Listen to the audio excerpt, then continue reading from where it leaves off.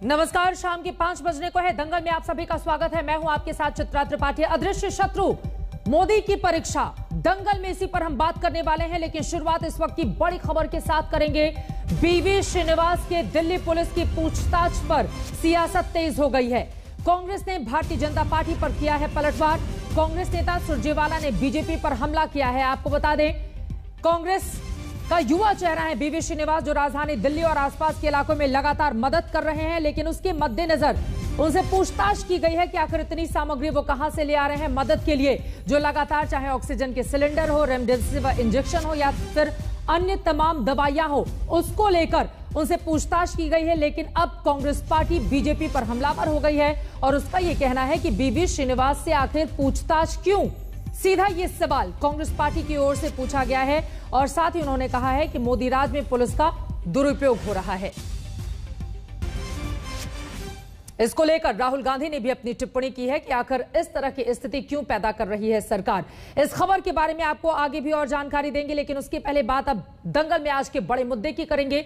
आज प्रधानमंत्री नरेंद्र मोदी ने कोरोना के खिलाफ जंग जीतने का भरोसा दिलाया है। उन्होंने कहा है कि भारतवासी कोरोना से लड़ेंगे और जीतेंगे। प्रधानमंत्री ने माना है कि दुश्मन अदृश्य है, बहुरूपिया है, लेकिन भारत हिम्मत हारने वाला देश नहीं।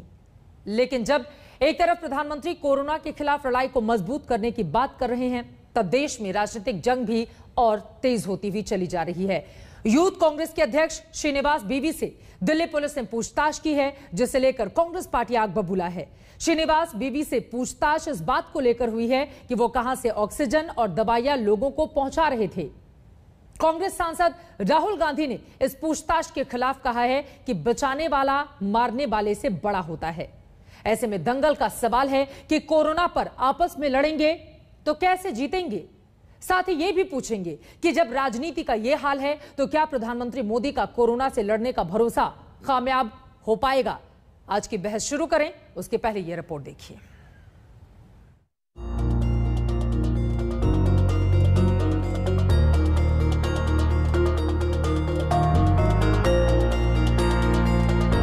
सौ साल बाद आई इतनी भीषण महामारी कदम कदम पर दुनिया की परीक्षा ले रही है।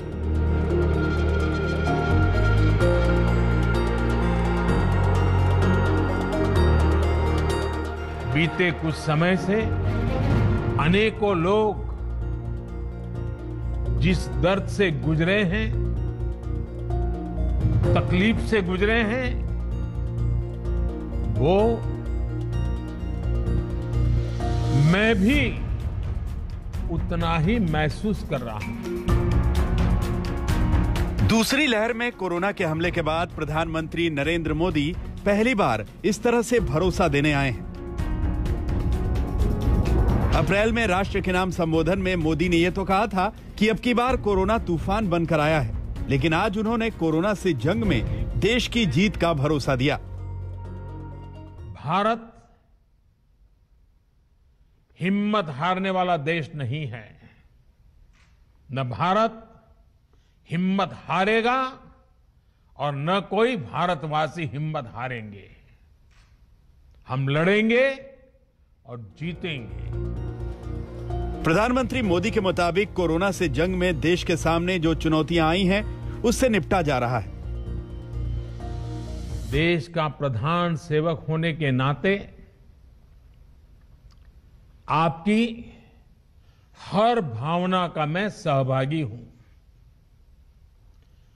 कोरोना की सेकंड वेव से मुकाबले में संसाधनों से जुड़े जो भी गतिरोध थे, वो तेजी से दूर किए जा रहे हैं। युद्ध स्तर पर काम करने का प्रयास हो रहा है। बीते कुछ दिनों में कोरोना को लेकर कई फैसले हुए। गुरुवार को ही सरकार ने वैक्सीनेशन का अपना प्लान भी देश को बताया है। लेकिन सरकार जितना भरोसा देने की कोशिश कर रही है, कांग्रेस जैसे विपक्षी दल उतने ही तेज हमले कर रहे हैं। खासकर वैक्सीनेशन की नीति को लेकर सरकार पर उंगलियां उठाई जा रही हैं। अभी 2 दिन पहले ही 12 विपक्षी दलों के नेताओं ने प्रधानमंत्री मोदी को चिट्ठी लिखकर 9 मांगों के साथ सरकार के रवैये पर सवाल खड़ा किया है। इस बीच यूथ कांग्रेस अध्यक्ष श्रीनिवास बीवी से दिल्ली पुलिस की पूछताछ का मामला भी खाई चौड़ी कर सकता है। दिल्ली पुलिस ने श्रीनिवास बीवी से संकट के समय में उनके पास मौजूद रही ऑक्सीजन सिलेंडर्स और दवाइयों के सोर्स को लेकर पूछताछ की है। श्रीनिवास बीवी सोशल मीडिया पर सक्रिय रहकर जरूरतमंदों को मदद पहुंचा रहे थे। अब राहुल गांधी ने ट्वीट करके कहा है, बचाने वाला हमेशा मारने वाले से बड़ा होता है। देश के हर व्यक्ति को निर्णय करना पड़ेगा कि क्या मुसीबत में ऑक्सीजन पहुंचाना अपराध है, क्या रेमडेसिवियर का इंजेक्शन लेने में मरते हुए व्यक्ति की मदद करना अपराध है। लगता है नरेंद्र मोदी जी ने कहा कि हाँ ये अपराध है, इसीलिए आज भारतीय राष्ट्रीय युवा कांग्रेस के कार्यालय में बी श्रीनिवास जी और युवा कांग्रेस की पूछताछ के लिए दिल्ली पुलिस को अमित शाह जी और नरेंद्र मोदी जी ने भेजा है। श्रीनिवास से पहले आप नेता इमरान हुसैन भी ऑक्सीजन सिलेंडर्स की होर्डिंग को लेकर घिर चुके हैं। आज तक ब्यूरो। अब जब आपस में इस तरह से लड़ेंगे तो कोरोना से कैसे लड़ पाएंगे, ये अपने आप में बड़ा सवाल है। इन सब के बीच राजनीति भी जोरों पर लगातार जारी है। इसी मुद्दे पर हम दंगल की शुरुआत करते हुए तारुफ करवा देते हैं उन मेहमानों से जो इस वक्त हमारे साथ जुड़ चुके हैं। लाइव आप देख रहे हैं डॉक्टर संबित पात्रा, जो कि प्रवक्ता है राष्ट्रीय भारतीय जनता पार्टी के। कांग्रेस पार्टी के राष्ट्रीय इस वक्त हमारे साथ मौजूद हैं। जेडीयू की ओर से प्रवक्ता अजय आलोक हमारे साथ जुड़ चुके हैं और साथ ही समाजवादी पार्टी की ओर से आशुतोष वर्मा जी हमारे साथ जुड़ चुके हैं। लेकिन सबसे पहले संबित पात्रा जी, शुरुआत आपसे ही करते हुए, चूंकि वीबी श्रीनिवास से पूछताछ को लेकर राजनीति काफी ज्यादा तेज हो गई है और अब तो राहुल गांधी ने सीधे सीधे यह आरोप लगाते हुए ट्वीट किया है कि बचाने वाला हमेशा मारने वाले से बड़ा होता है। सीधा हमला सरकार पर। चित्रा जी, चलिए मैं फैक्ट्स रखता हूं, अब आप ही डिसाइड करिएगा सही है या गलत है। मई 4 तारीख को एक डॉक्टर हैं, डॉक्टर दीपक सिंह, जो हृदय फाउंडेशन चलाते हैं, काफी जाना माना फाउंडेशन है। उन्होंने दिल्ली हाईकोर्ट के सामने एक याचिका, जिसको PIL कहा जाता है, वो पिटीशन दाखिल किया। जस्टिस थे जस्टिस विपिन सांघी और जस्टिस रेखा पाली। और इन डॉक्टर साहब ने कहा कि एक पॉलिटिशियन और मेडिसिन विक्रेताओं का एक माफिया है, क्योंकि पॉलिटिशियन लोग तो ट्विटर के माध्यम से मदद कर दे रहे हैं, मगर आम आदमी मदद नहीं कर पा रहा है। तो इस पर जांच होनी चाहिए। और एक 12 से 14 लोगों की लिस्ट दी गई, जिसमें बीवी श्रीनिवास जी का भी नाम है, जिसमें गौतम गंभीर जी का भी नाम है, कई भारतीय जनता पार्टी और कई कांग्रेस और गैर कांग्रेस के भी लोगों का नाम है कि आप इन सब के बारे में जांच करिए। ये दिल्ली हाईकोर्ट को बताया गया। याचिका पढ़ने के बाद दोनों जस्टिसेस, जिनका नाम मैंने लिया, उन्होंने दिल्ली पुलिस कमिश्नर को कहा कि आप तुरंत इसकी इंक्वायरी बैठाइए, जितने भी लोग हैं उन सबसे जानकारी इकट्ठी करिए और उसके बाद 17 मई तक आप ये रिपोर्ट सुप्रीम हाई कोर्ट के आगे, हमारे बेंच के आगे इसको सबमिट करिए। हम निर्णय लेंगे कि आखिरकार ये सच है या झूठ है, कि ये लोग इतने बड़े अमाउंट में रेमडेसिविर का इंजेक्शन, ऑक्सीजन सिलेंडर कहां से ला पा रहे हैं और वाकई कोई माफिया है या नहीं। तो आप बताइए। गौतम गंभीर जी से भी पूछताछ हुई। आज हरीश खुराना, जो दिल्ली के प्रवक्ता हैं हमारे, उनके घर में भी जाके पुलिस ने पूछताछ की। श्रीनिवास जी से भी पूछताछ की। बाकी भी कुछ नेता हैं, उनके साथ भी पूछताछ हो रही है। तो यहाँ अफरा तफरी क्या हो रहा है? मैं बोल रहा हूँ कि क्या हाईकोर्ट की जस्टिसेस की बात को दिल्ली पुलिस को मानना नहीं चाहिए? अगर कांग्रेस को ऐसा लगता है तो कह दे। हाईकोर्ट के आदेश पर अगर पूछताछ हो रही है, जिसमें भारतीय जनता पार्टी के भी कई नेताओं के नाम है जो लगातार सोशल मीडिया के माध्यम से उन तक मदद मांगी जा रही है, तो वो मदद कर रहे हैं, तो फिर कांग्रेस पार्टी इसको लेकर इतनी ज्यादा आग बबूला क्यों हो गई है? देखिए चित्रा जी, आज जिस प्रकार से बड़े दिनों बाद प्रधान सेवक टीवी पर आए और कहा कि हमारा अदृश्य शत्रु है। शत्रु तो अदृश्य है, वो सब जानते हैं चित्रा जी, पर प्रधान सेवक भी अदृश्य थे, ये भी देश ने जान लिया। आज देश में, पूरे देश ने देखा कि ऑक्सीजन के लिए तड़पता मरीज हो, या रेमडेसिविर के बिना तड़पता मरीज हो, या वेंटिलेटर के बिना बिलखते लोग हो, या श्मशान की लाइनें हो, या जिस प्रकार की परिस्थिति पूरे देश में हुई है, पूरे देश ने देखा कि सरकार पूरी तरह से गायब थी। आज ना काम करेंगे ना करने देंगे, ना करेंगे ना करने देंगे। अब आग बबूले की बात नहीं है, जो काम कर रहा है उनको पसंद नहीं है। उनको लगता है कि जिस प्रकार से पूरे देश में परिस्थिति हो रही है, जहां पे प्रधानमंत्री जी को रहना चाहिए था, आज प्रधानमंत्री जी ने देश का भरोसा तोड़ दिया है चित्रा जी। पूरे देश ने देखा कि जहां सरकार को हाजिर रहना चाहिए था, वहां कांग्रेस मदद कर रहा है, वो भी उनसे देखा नहीं जाता। वो उनको ये जानने जा रहे हैं कि ये लोग कर कैसे पा रहे हैं। अरे उसके लिए नियत चाहिए। भाजपा को समझना होगा कि अगर नियत में खोट नहीं होगी तभी जाके वो लोग देश की मदद कर पाएंगे। रोहन जी, उन्होंने कहा कि गौतम गंभीर, हरीश खुराना ने खुद ही अपना वीडियो जारी करके बताया है कि उनसे भी पूछताछ हुई है। फिर इतना हंगामा किस बात को लेकर, अगर हाईकोर्ट की ओर से आदेश आता है तो? तब आप नहीं आए, और आप जब आपको लगा कि हाँ। वेव जो दूसरी वेव है, हम तीसरी वेव की तरफ जा रहे हैं, तब आप संदेशा देने आ गए देश को। शर्म आनी चाहिए आपको। कौन सा प्रधान सेवक, काई का भरोसा, पूरे देश का भरोसा आपने तेड़ा है और पूरा देश आपसे जवाब मांग रहा है। और जैसे राहुल गांधी जी ने कहा उनके सिपाही कि बचाने वाला मारने वाले से बड़ा होता है, यही संदेश के साथ कांग्रेस का हर साथी चलेगा। और जब तक देश की जनता परेशान है, और चित्रा जी आप जानते हैं हम विपक्ष में हैं, पर हमारी नियत में खोट नहीं है। हम लोग जानते हैं कि हमारी नियत में खोट नहीं, और इसीलिए हम मदद कर पा रहे हैं, और वो भी भाजपा को। संबित पात्रा जल्दी से जवाब दीजिए, फिर बाकी मेहमानों के पास। रेड राज चल रहा है, कांग्रेस पार्टी का यह भी आरोप है, और रोहन जी ने जो बातें कही उस पर आपकी टिप्पणी। देखिए चित्रा जी, आपने एक टेक्निकल सवाल पूछा और जनता यहाँ पर बिल्कुल उन्होंने दोनों को सुना है। मैंने एक टेक्निकल उत्तर दिया। हाई कोर्ट ने दिल्ली के पुलिस कमिश्नर को 17 मई तक पूरी तरह से जांच करके रिपोर्ट सबमिट करने के लिए कहा।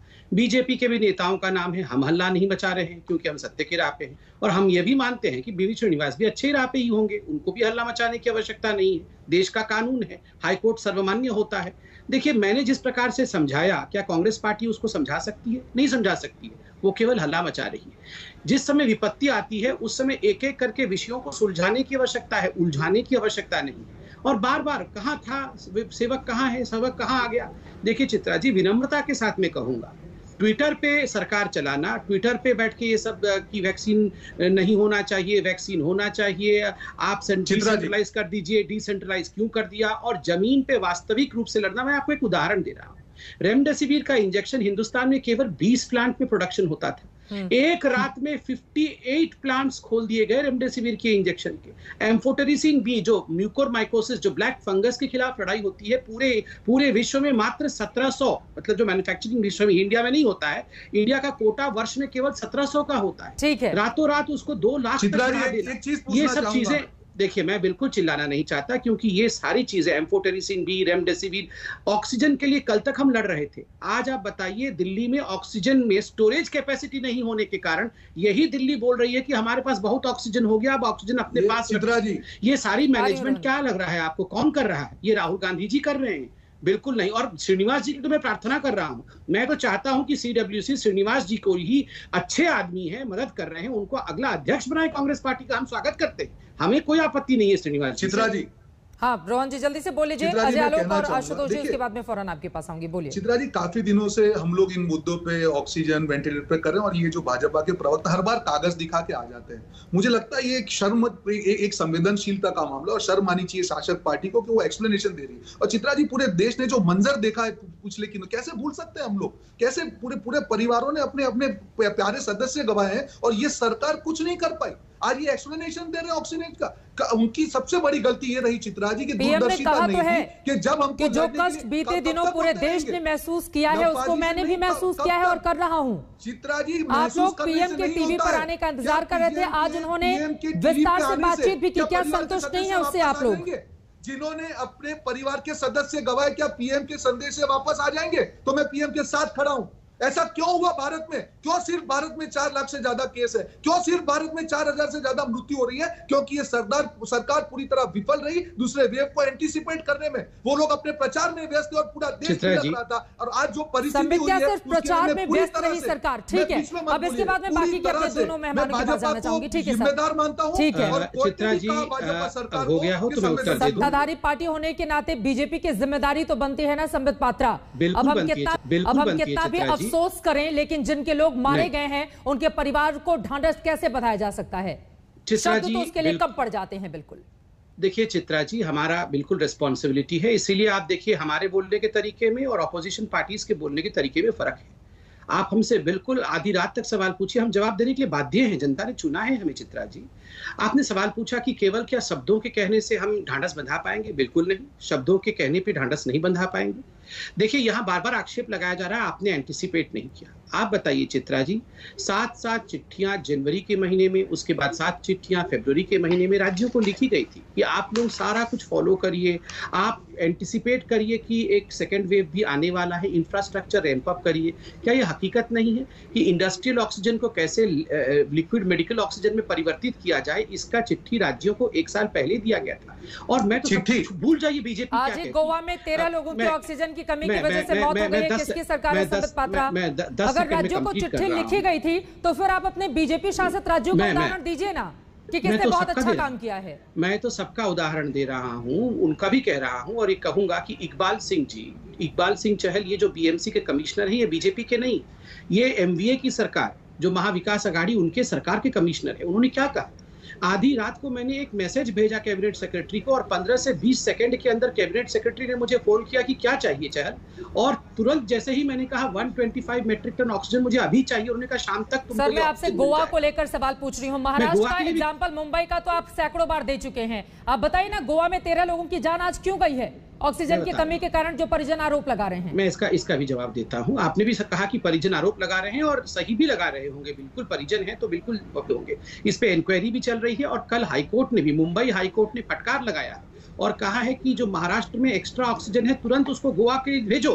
गोवा के ऑक्सीजन के बहुत बड़े खेप को महाराष्ट्र में क्यों रोका गया है? क्या इससे जान वापस आ जाएगी? कल आपने रोका क्यों हुआ था गोवा के ऑक्सीजन को महाराष्ट्र में? ये कल महाराष्ट्र, कल ये मुंबई के हाईकोर्ट ने पूछा है। मैं टेक्निकल बातें जो हकीकत है वही तो बात करूंगा, और हवा में तीर चलाऊंगा क्या? टेक्निकल बातें ही करूंगा ना। नहीं, मैं टेक्निकल, मैं गाली गलौज नहीं करूंगा मेरे भाई, मैं टेक्निकल बातें करने के लिए हूँ। मैं प्रवक्ता हूँ टेक्निकल बातें करने के लिए। मैं प्रवक्ता सोनिया जी गाली देने के लिए नहीं हूँ, मैं यहाँ गाली देने के लिए, लड़ाई देने के लिए, लड़ाई करने के लिए नहीं हूँ, मैं यहाँ एक्सप्लेन करने के लिए हूँ हकीकत क्या है। अभी बीवी श्रीनिवास को लेकर आप झूठ फैला रहे थे, पकड़ में आ गए तो बीवी श्रीनिवास के बारे में बात ही नहीं कर रहे हैं। अभी ऑक्सीजन को लेकर झूठ फैला रहे थे, पकड़ में आ गए तो चिल्ला रहे हैं। तो आप चिल्लाते रहे, गवा चुकी है। नहीं राहुल गांधी तो पूरे विश्व में भरोसा पा गए ना। आप बैठिए रेमडेसिविर का प्रोड्यूसर है, वेंटिलेटर का प्रोड्यूसर है, वैक्सीन का प्रोड्यूसर है, क्यों मर रहे हैं? 200 वेंटिलेटर जो है राजस्थान में इन्होंने कमरे में बंद करके रखा हुआ था। 200 वेंटिलेटर इन्होंने राजस्थान में किराए पे लगा दिया, किराए पे लगा दिया। पीएम केयर का वेंटिलेटर किराए पे लगा दिया इन्होंने। पीएम केयर का वेंटिलेटर क्या किराए पे लगा दिया? मतलब इस प्रकार की क्रिमिनल्स है, क्रिमिनल्स है आप लोग, क्रिमिनल्स। आपका असली चेहरा चित्रा जी मैं बिल्कुल ठीक है सर, ये तो मैं से बाहर निकलते हैं।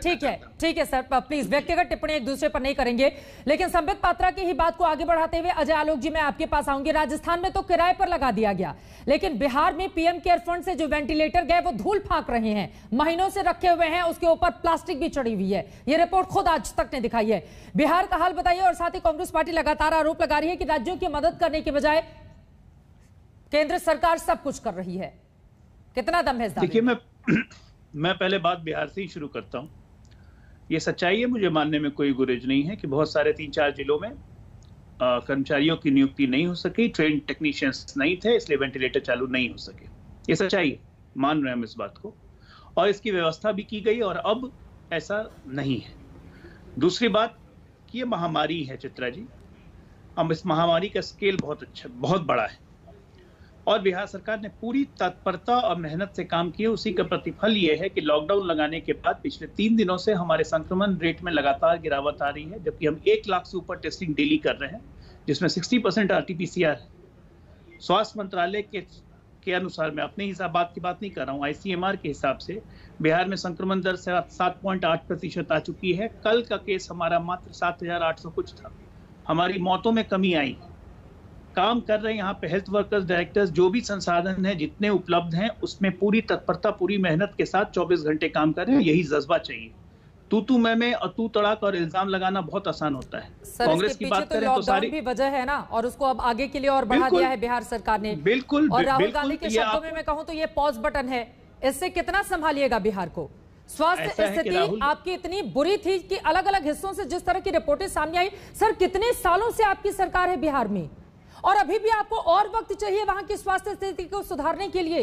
सिर्फ ये महामारी है ये कहकर अपना पल्ला झाड़ लेना कितना उचित है? अजय आलोक जी।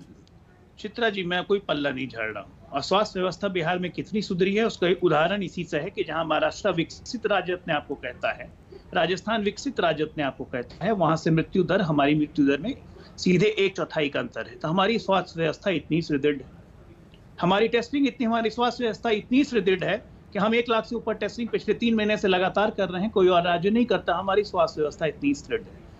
मैं जब अपनी गलती मान रहा हूं, मुझ में इतनी शक्ति है कि मैं अपनी गलती मान रहा हूं कि हाँ कुछ जिलों में नहीं थे। क्या आज तक आपको किसी भी राज्य सरकार के कोई नुमाइंदे या किसी पॉलिटिकल पार्टी के नुमाइंदे अपनी गलती मानते हुए दिखते हैं? ये करेज होना चाहिए। ये करेज उसी में होता है जो काम करता है। हम काम कर रहे हैं अपनी क्षमताओं के बावजूद, हमारे में कमी है वो कोई मान रहा है, उसको एड्रेस कर रहे हैं, उसको कोशिश कर रहे हैं एड्रेस करने की। आज हमारे यहाँ ऑक्सीजन की कमी नहीं है, हम ऑक्सीजन का उठाव हर जगह से कर रहे हैं, प्लांट्स लगाए जा रहे हैं। अब आ जाइए आप दूसरी बात पे, ये तो मैंने बिहार की स्थिति स्पष्ट कर दी। अब भगवान की कृपा भी है बिहार पे, इसमें कोई शक नहीं है, क्योंकि तमाम संसाधनों के बावजूद हर राज्य विफल रहा है इस महामारी के आगे। सिर्फ कांग्रेस के कह देने से कि प्रधानमंत्री जिम्मेदार हैं मौतों के, प्रधानमंत्री हत्यारे नहीं हो जाते हैं। अब बिहार के लोग सुन रहे होंगे ना, तो उनको बहुत दुख हो रहा होगा। एक सेकंड सर, ठेले पर लोगों को लेकर जाया जा रहा है, एम्बुलेंस धूल फांक रहे हैं, ठीक है ना। अलग अलग हिस्सों से जिस तरह की तस्वीरें सामने आई हैं और लगातार हमने आज तक पर दिखाया है कि किस तरह से अस्पतालों में मरीजों का इलाज जमीन पर हो रहा है। किसी एक सिर्फ सहरसा या किसी एक जगह से इस तरह की खबरें सामने नहीं आई। और गलती मान लेने से क्या होता है अजय आलोक, जिनके लोग मर रहे हैं या अस्पतालों में जिनके लोग बेबस इस वक्त खड़े हुए हैं, आपकी गलती मान लेने से क्या हो जाएगा? मैंने सब चीज के लिए गलती नहीं बोल रहा हूं, मैं कह रहा हूं कि हम अपना अथक प्रयास कर रहे हैं, उसके बावजूद भी मृत्यु हो रही है। हम अपना अथक प्रयास कर रहे हैं, मृत्यु हमारे में सबसे कम हो रही है। कौन सी सरकार काम नहीं कर रही है ये बताइए ना। और अगर सरकारी काम करती तो फिर इस तरह की तस्वीरें क्यों? सर एक अस्पताल में तो भूसा भरा हुआ था, सर एक अस्पताल में तो भूसा भरा हुआ था, आज तक की खबर दिखाई तब भूसे को हटाया गया और अस्पताल को चालू कराया गया। अजय आलोक जी मैं क्या ही बोलूं आपसे, इतने सालों 15-16 साल हो गए वहां पर मुख्यमंत्री नीतीश कुमार को, लेकिन अस्पतालों में भूसा भर कर रखा जाएगा तो जनता भगवान भरोसे रहेगी। आपने कहा ना कि भगवान की कृपा है बिहार पर, तो भगवान भरोसे है वहां की जनता। अगले सवाल के साथ में आऊं उसके पहले आशुतोष वर्मा जी अब सीधे आपका रुख करते हुए, क्योंकि जो अखिलेश यादव की ओर से टिप्पणी की गई है, संबित उसका जवाब देंगे, मैं एक बार पढ़ लेती हूं। उनकी ओर से लिखा गया है, भाजपा सरकार शीघ्र सभी को फ्री वैक्सीन देने का ऐलान करे और हवाई बातें छोड़कर बताए कि वैक्सीन लगाने की सरकार के पास क्या ठोस योजना है, किस तारीख को यह काम पूरा होगा। अस्पताल को एक खास रंग के गुब्बारों से सजाकर उसका भाजपाईकरण व वैक्सीनेशन को प्रचार का माध्यम बनाना तुरंत बंद कर दें। संबित इस पर जवाब देंगे, लेकिन आशुतोष वर्मा जी पहले तो ढोल पीट कर कहा कि बीजेपी की वैक्सीन है, बीजेपी की वैक्सीन है, बीजेपी की वैक्सीन है, अब अपना चरित्र बदलते हुए इस तरह की बात, यह समाजवादी पार्टी की किस बात पर उत्तर प्रदेश की जनता भरोसा करे? चित्रा जी, पहले तो मैं इस बात को बहुत अच्छी तरीके से क्लियर कर दूं और आपके चैनल के माध्यम से साफ बताना चाहता हूं कि समाजवादी पार्टी के राष्ट्रीय अध्यक्ष ने कभी भी वैक्सीन के ऊपर उंगली नहीं उठाई, हमारे डॉक्टर्स, हमारे साइंटिस्ट के ऊपर उंगली नहीं उठाई।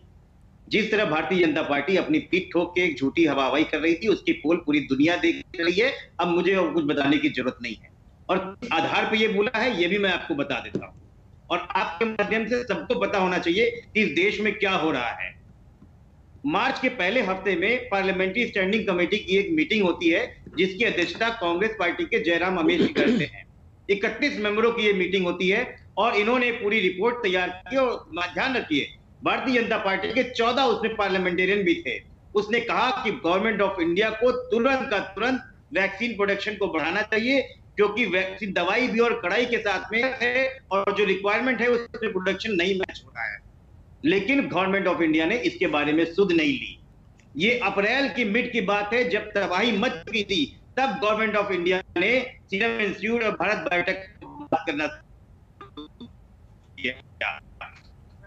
लेकिन उसकी क्षमता है 5 करोड़ वैक्सीन प्रति डोज प्रति महीने की उसकी क्षमता है, और भारत बायोटेक की खाली 90 लाख है, जिसमें सीरम इंस्टीट्यूट को विदेशों में भी देना है, क्योंकि उसका पैक्ड है। ये क्या भारतीय जनता पार्टी के लोग नहीं जानते थे, या गृह मंत्रालय में या स्वास्थ्य मंत्रालय में लोग नहीं जानते थे?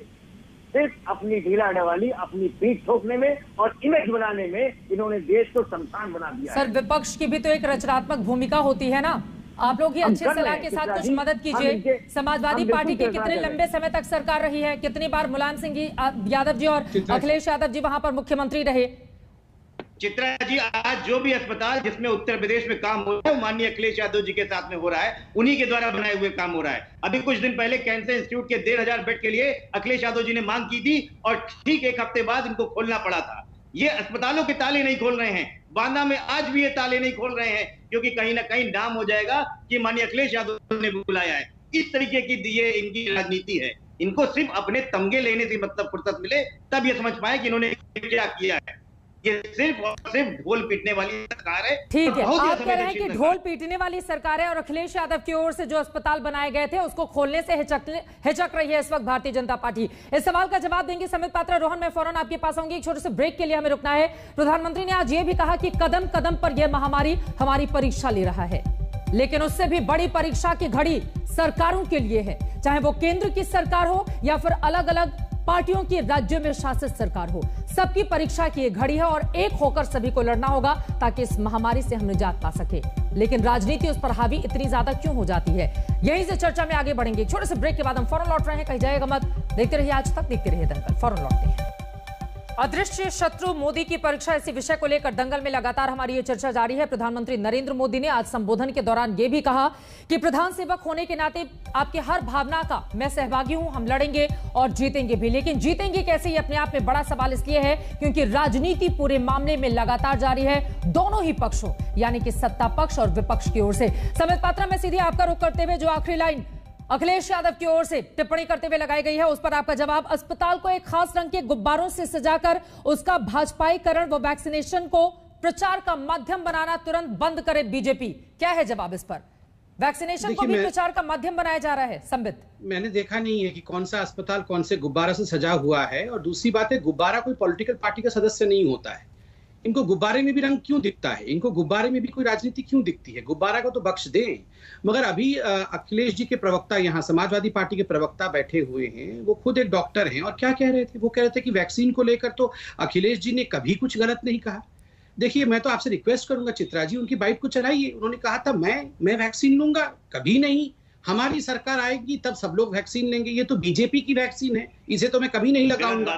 देखिए, गलत बात नहीं बोल रहा, मैं बीच में नहीं बोला, मैं बीच में नहीं करें, लेकिन एक सेकंड, मैं बीच में नहीं बोला। बंद करिए, अखिलेश यादव की ओर से कहा गया था, ठीक है, इस बात को खत्म करते हैं डॉक्टर आशुतोष। नहीं, ये मेरे बीच में क्यों चिल्लाते हैं? चित्रा जी, मैं किसी के बीच में चिल्लाता नहीं हूँ, मैं शांति से सुनता हूँ और झूठ बोल रहे हैं। मैं एक बार कंप्लीट तो नहीं, मुझे बहुत आपत्ति है इस प्रकार से आप लोग बिहेव करते हैं, दूसरों को बोलने नहीं देते। चित्रा जी, ये बहुत गलत बात है। प्लीज एक बार सुन लीजिए, फिर आप बोलिएगा। गुंडाई है, आप सुन तो लीजिए। मैं तो आपके बीच में एक शब्द नहीं बोला, आप 3 मिनट तक लगातार बोलते रहे। डॉक्टर आशुतोष शर्मा, आपको समाजवादी पार्टी के बारे में जानकारी है?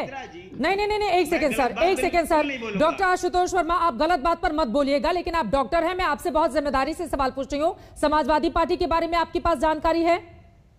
और अगर है तो फिर इस लाइन को आप कैसे खारिज कर सकते हैं कि अखिलेश यादव की ओर से ये बातें नहीं बोली गई थी? इस सवाल के साथ तो मैं आपके पास आई थी ना।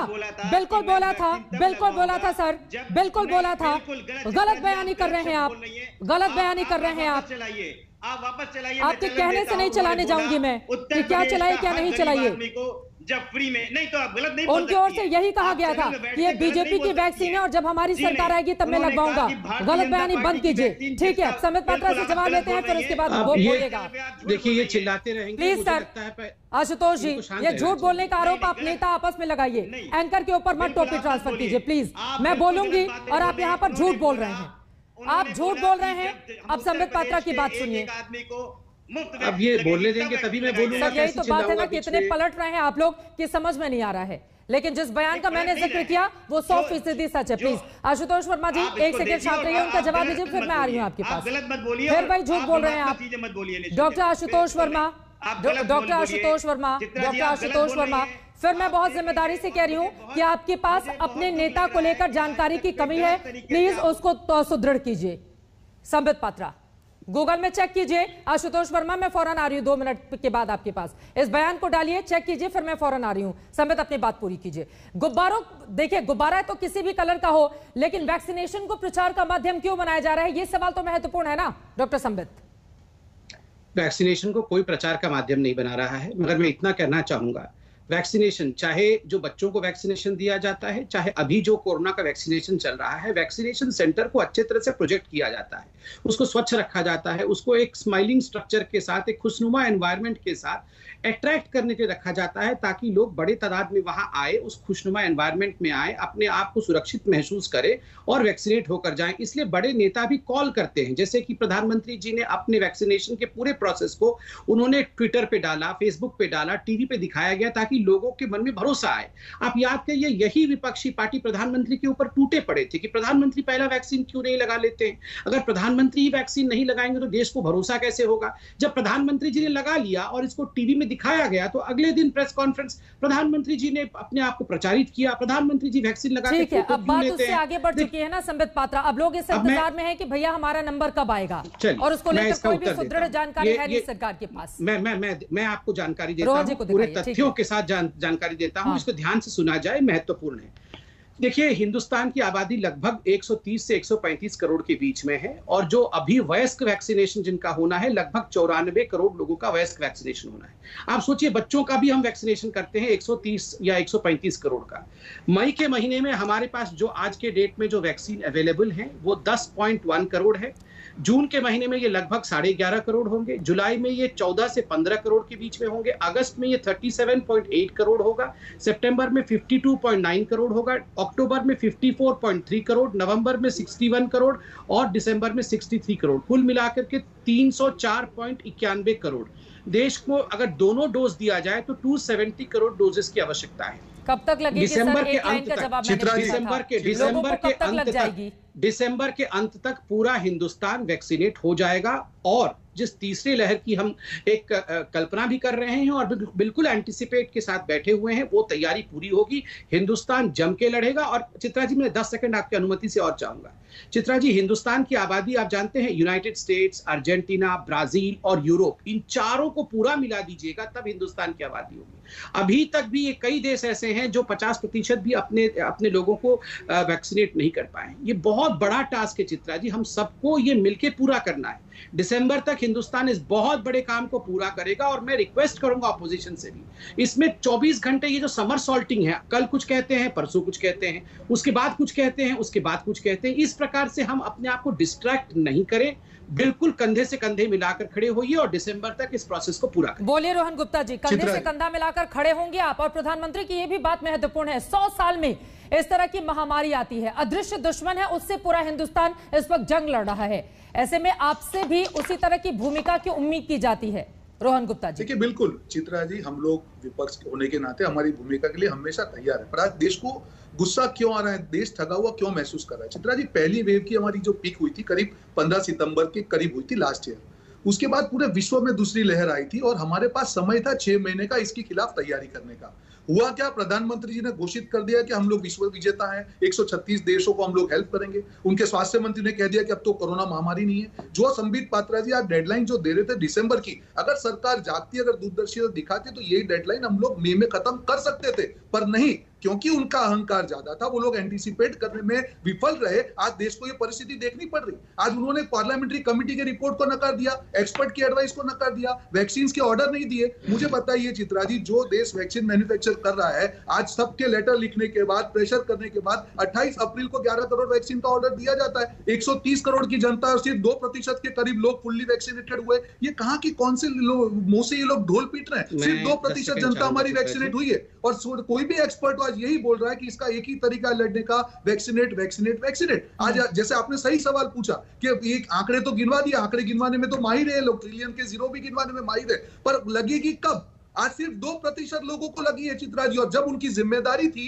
कि जहां से भी वैक्सीन अवेलेबल हो, गलती उनसे हो गई, जहां से भी वैक्सीन अवेलेबल हो उसको लेकर राज्यों को दी जाए, उसमें भी राज्यों के ऊपर डाल दिया उन्होंने। ये सवाल तो महत्वपूर्ण है ना डॉक्टर संबित, अगर 5 महीने में 18 करोड़ लोगों को वैक्सीन लगी है, तो आपने खुद ही कहा कि 95 करोड़ लोग हैं, और 18 साल से कम उम्र के बच्चों को या फिर युवाओं को आप छोड़ दीजिए, तो फिर तो अगर इसी रफ्तार से चलता रहा तो न जाने कितना वक्त लग जाएगा, फिर दिसंबर तक की डेडलाइन कैसे पूरी होगी?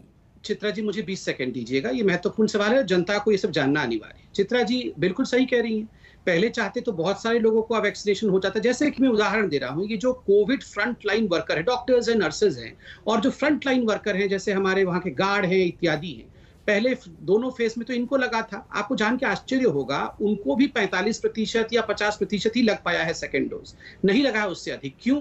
क्योंकि एक वैक्सीन हेजिटेंसी रही है। तो सब पढ़े लिखे लोग थे। क्यों वैक्सीन हेजिटेंसी रही? क्योंकि उस समय पूरे हिंदुस्तान में ये फैलाया गया। देखिए, मैं आपको बताता हूँ, कांग्रेस पार्टी ने उस समय प्रेस कॉन्फ्रेंस करके क्या कहा, मैं जवाब देना चाहूंगा। If the vaccine is so safe and reliable and efficacy of the vaccine is beyond question, then how is it that it is not single functionary of the government has stepped forward to get themselves vaccinated? Many eminent doctors have raised question regarding to the efficacy of these vaccines, particularly Covaxin. वो तो खुद Congress party कह रही है कि efficacy ठीक नहीं है। 4 मुख्यमंत्रियों ने, झारखंड के, पंजाब के, छत्तीसगढ़ के और राजस्थान के, उन्होंने कोवैक्सीन के अपने शिपमेंट को वापस कर दिया कि हम तो कोवैक्सीन लगाएंगे नहीं। आज जब ये परिस्थिति खराब हुई तो अचानक कह रहे कि हमें ले आओ। उस समय तो कह रहे थे कि उत्पादन करने की भी जरूरत नहीं है। देखिए चित्रा जी, जब तक इस प्रकार, और देखिए राहुल जी, सोनिया जी, इन्होंने वैक्सीन लगाया कि नहीं लगाया पता नहीं। सोनिया जी ने तो लगाया, ये न्यूज़पेपर में आया। राहुल जी, प्रियंका जी ने लगाया या नहीं लगाया ये भी पता नहीं है। देखिए चित्रा जी, जब तक हम वैक्सीन हेजिटेंसी में थे, लोगों में भी एक डर था। आज लोगों को लग रहा है कि वैक्सीनेशन बिल्कुल होना चाहिए, और इसीलिए देखिए पूरे प्रोडक्शन के साथ दिसंबर तक ये हो जाएगा। मैं इतना ही कहना चाहता हूँ। ठीक है, बाकी के दो लोग भी हमारे साथ जुड़े हुए हैं, सपा और जेडीयू से। जल्दी से मैं रोहन जी से 10 सेकंड का सवाल मैं रोहन जी से एक 10 सेकंड का सवाल पूछना चाहता हूँ। रोहन जी, आपकी इजाजत हो तो मैं जवाब दूंगा। रोहन जी, मैं चिल्ला नहीं रहा हूँ। रोहन जी, एक प्यार से 10 सेकंड का सवाल पूछना चाहता हूँ, चित्रा जी की अनुमति से। चित्रा जी, अनुमति से 10 सेकंड, केवल 10 सेकंड, 5 सेकंड में पूछ लीजिए। संबित, आपसे सवाल पूछ रहे हैं रोहन गुप्ता जी, सुनिए। हाँ ठीक है, मैं चित्रा जी, मैं ठीक है चित्रा जी, मैं सिर्फ कांग्रेस पार्टी से इतना पूछना चाहता हूँ कि कांग्रेस पार्टी ये नवनीत कालरा को बचाना क्यों चाहती है, जिसके पास आज कॉन्सेंट्रेटर के होर्डिंग का केस है, उसको बचाने के लिए कांग्रेस पार्टी वकीलों को क्यों गए? पुलिस आपके पास से पकड़ के लाई है ना सर? ठीक है, अब इस मुद्दे को यहीं पर छोड़ देते हैं। नहीं, आपने बीवी श्रीनिवास का सवाल मुझसे पूछा तो नवनीत कालरा का मैंने पास है, तो ये कांग्रेस से सवाल कि वो उनको क्यों बचा रही है। सिर्फ एक लॉजिकल सवाल पूछना चाहूंगा। कोई भी देश में जहां पे केंद्र सरकार एक वैक्सीन 175 में लेती है, आज राज्य को 600 में अगर वो वैक्सीन लेनी पड़े तो क्या केंद्र सरकार 600 नहीं है, 300 है। 600 में कौन राज्य ले रहा है? भी है ना, आप 300 ना 600 में प्राइवेट ले रहा है। देख रहे हैं, नहीं राज्य 300 में ना, मैं बिल्कुल ना, यहाँ बंद नहीं कराया जाए। और सुनिए, बिल्कुल 300 में कोविशील्ड राज्यों को दिया जा रहा है, 600 में प्राइवेट को दिया जा रहा है।